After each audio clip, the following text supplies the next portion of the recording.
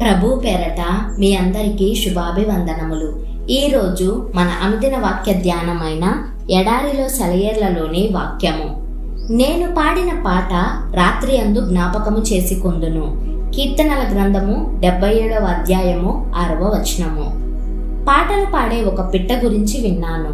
అది తన పంజరం మీద వెలుగు పడుతున్నప్పుడు నోరు విప్పి యజమాని కోరిన పాట ఎంత మాత్రమూ పాడదు.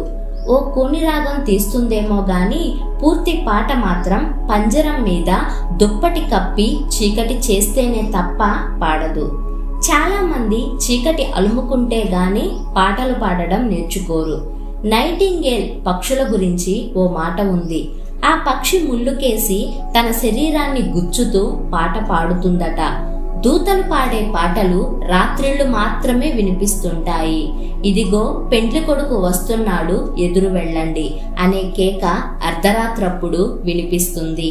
నిజంగానే ఆకాశం మబ్బులు కమ్మి చీకట్లు ఆవరించే వరకు ఆత్మకు తనను ఊరడించి సంతృప్తి పరచే దేవుని అపారమైన ప్రేమ అర్థం కాదు.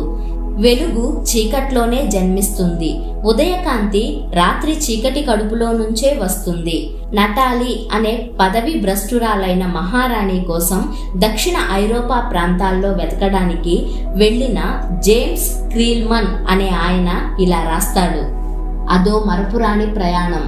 గులాబీ పూల పరిమళ తైలం అంతా దక్షిణ ఐరోపా ప్రాంతాల నుండే ఎగుమతి అవుతుందని నాకప్పుడే తెలిసింది. అక్కడ నాకు తెలిసిన విచిత్రమైన విషయం ఏమిటంటే గులాబీ పువ్వుల్ని కారు చీకటి సమయంలోనే కొయ్యాలి. పూలు కోసేవాళ్లు అర్ధరాత్రి 1 గంటకు మొదలుకొని 2 గంటలకు ముగించేస్తారు.